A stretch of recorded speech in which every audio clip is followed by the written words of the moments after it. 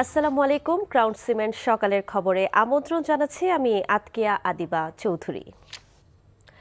ঈদে রাজধানী ছাড়ছে ঘরমুখো মানুষ।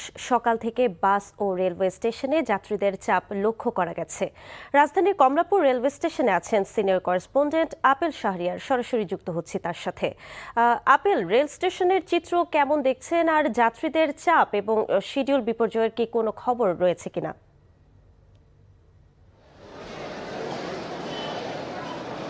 প্রিয়জনের সঙ্গে ঈদ উদযাপনে রাজধানী ছাড়ছেন নগরবাসী। আর ঈদ যাত্রায় সবাই একটু চিন্তা করে যে ট্রেনে যেতে, কেননা খুব নিরাপদ এবং নির্বিঘ্নে যাওয়া যায়।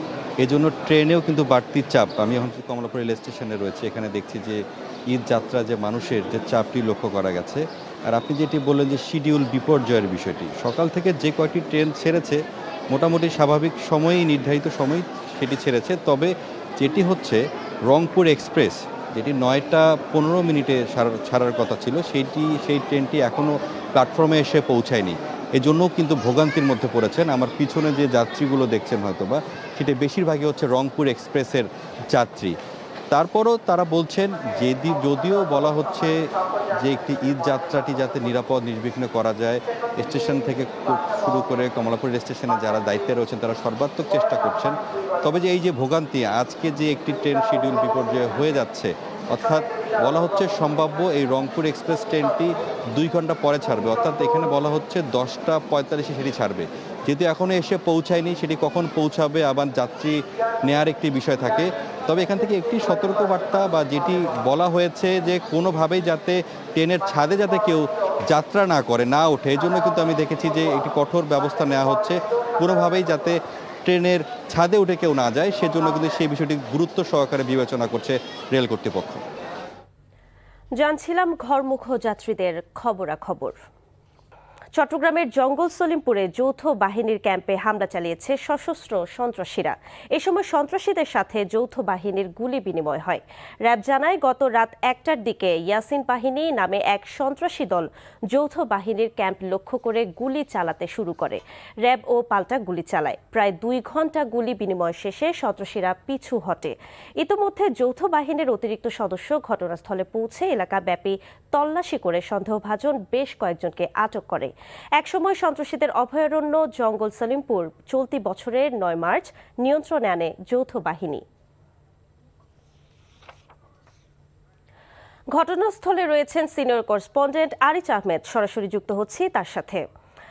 আরিচ, জঙ্গল সলিমপুরের সার্বিক পরিস্থিতি এখন কেমন দেখছেন? যৌথ বাহিনীর অভিযান কি চলছে কিনা সেই বিষয়ে জানাবেন।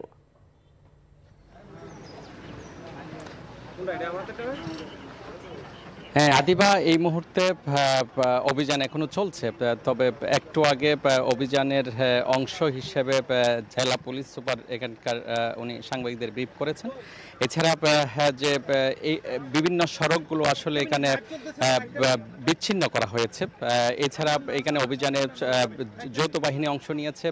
এছাড়া আপনি দেখছেন যে এখানে যে সড়ক বিচ্ছিন্ন করার কারণে প্রশাসনের এবং বিভিন্ন কর্মকর্তারা আসলে যেখানে যেই দুটি ক্যাম্পে হামলা চালানো হয়েছে সেখানে তারা হেঁটে যেতে হয়েছে। আপনি জানেন যে এটি একটি বিচ্ছিন্ন এলাকা, প্রায় ৩,২০০ একর এলাকা জুড়ে এটি একটি জঙ্গল এলাকায় একটি বসতি বিচ্ছিন্ন একটি স্থান হিসেবে এটি বিবেচিত হয়ে আছে ভূমিদস্যু এবং সন্ত্রাসীদের জন্য। জেলা এবং পার্বত্য অঞ্চলের বিভিন্ন সন্ত্রাসীরা এখানে অবস্থান নিয়েছে। গত ৯ মার্চ থেকে প্রশাসন এখানে তাদের নিয়ন্ত্রণ নেওয়ার পরেও যে কালকে রাত থেকে মধ্যরাত থেকে এখানে দুইটি ক্যাম্পে হামলা চালানো হয়েছে।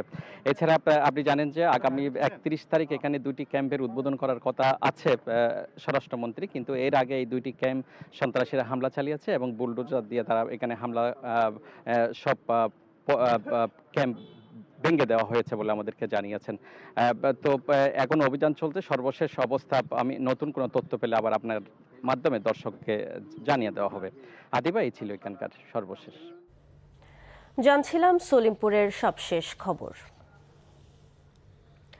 বাংলা গানের বুলবুল নামে খ্যাত কাজী নজরুল ইসলামের ১২৭তম জয়ন্তী আজ। তার কবিকৃতি প্রিয়তা পেলেও তার গানের সংখ্যা ৩৫০০-এর বেশি। বিচিত্র সুরের মধুরতায় এক বিস্ময়কর সুরস্রষ্টা তিনি।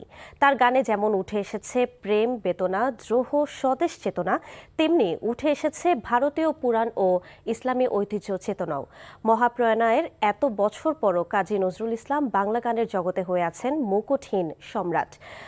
জয়ন্তীতে নজরুলের সেই চিত্ত জুড়ানো গানের কথা তুলে ধরছেন HM মেহেদী হাসান।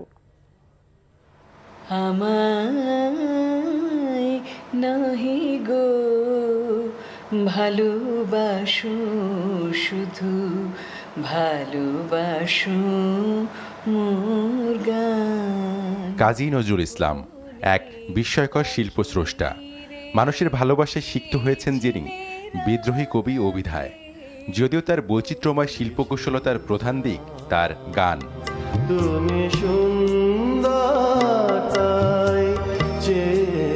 আধুনিক বাংলা গানের জগতে নজরুল নিয়ে এসেছেন স্বতন্ত্র ধারা। সুরের ঝংকারে শুধু নয়, যে গানের বাণী হয়ে ওঠে প্রধান উপজীব্য।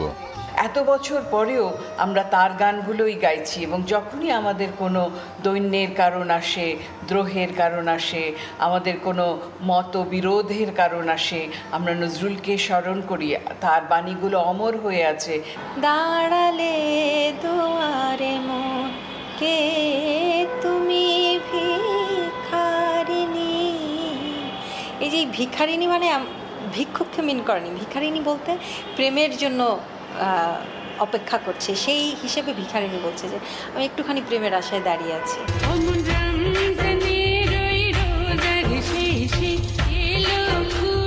নজরুলের গানে একদিকে যেমন উঠে এসেছে প্রেম, বেদনা, দ্রোহ, দেশ চেতনা ও সাম্যবাদ, আরেকদিকে উঠে এসেছে ভারতীয় পুরাণ ও ইসলামী ঐতিহ্য, যার অন্তর্নিহিত বার্তা সম্প্রীতি।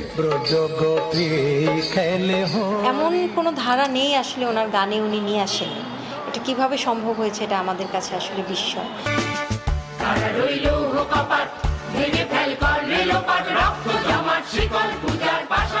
কারার ওই লৌহ কপাট ভেঙে ফেল কর রে লোপাট, এরকম একটা কথা খুব কম কবি তাদের গানে, তাদের কবিতায় বলতে পেরেছেন। যে গানের সুর সৃষ্টি করে গেছেন তিনি, উত্তর প্রজন্মের সঙ্গীত শিল্পীদের কাছেও তা হয়ে আছে অনুকরণীয়। বাংলা গানের বুলবুল বলে আজও যাকে স্মরণ করা হয় গভীর শ্রদ্ধা ও ভালোবাসায়।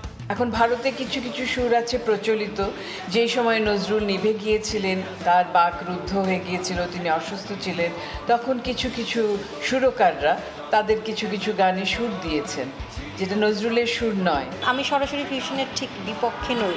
আমাকে ফিউশন করতে যে যদি আমি প্রিয়াঙ্কা থেকে বেরিয়ে আমি অন্য কিছু হয়ে যাই, আমি লতা হয়ে যাই, তাহলে তো হলো না। আমার আইডেন্টিটিটাতে থাকতে হবে।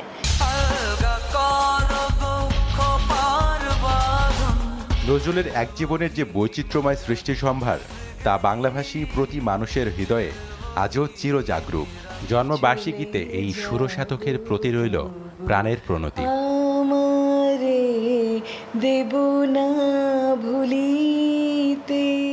HM মেহেদী হাসান, NTV নিউজ, ঢাকা। এবারে খেলার খবর, ফুটবল। আগামী 5 জুন সান মারিনোর বিপক্ষে অনুষ্ঠিত হতে যাওয়া ম্যাচের জন্য 30 সদস্যের প্রাথমিক দল ঘোষণা করেছে বাংলাদেশ। এই ম্যাচ দিয়ে বাংলাদেশের ডাগআউটে যাত্রা শুরু হবে নতুন কোচ থমাস ডিউলির। দীর্ঘদিন পরে বাংলাদেশ দলে ফিরেছেন গোলরক্ষক আনিসুর রহমান জিকো। সবশেষ 2023 সালে আফগানিস্তানের বিপক্ষে একাদশে ছিলেন তিনি। প্রাথমিক দলের অনুশীলনের জন্য 12 জন ডিফেন্ডারকে দলে ডেকেছেন ডিউলি। আছেন তপু বর্মন, তারিক কাজী, সমিত সোম, হামজারাও রয়েছেন এই দলে। এছাড়াও AFC বাছাইয়ের পর প্রাথমিক দলেরও সুযোগ পেয়েছেন বিশ্বনাথ ঘোষ। সবশেষ 2024 সালে ভুটানের বিপক্ষে খেলেছিলেন এই ডিফেন্ডার। মঙ্গলবার থেকে কিংস এরেনায় ক্যাম্প শুরু করবে বাংলাদেশ। সকালের খবর এইটুকুই। এই খবরের ভিডিও সহ আপডেট জানতে ভিজিট করুন NTV অনলাইন www.ntvbd.com। এছাড়াও NTVর জনপ্রিয় সব অনুষ্ঠান ও খবরের আপডেট জানতে ভিজিট করুন আমাদের ইউটিউব ও ভেরিফাইড ফেসবুক পেজ। 12টায় মধ্যাহ্নের খবর দেখার আমন্ত্রণ রইল। ধন্যবাদ সবাইকে।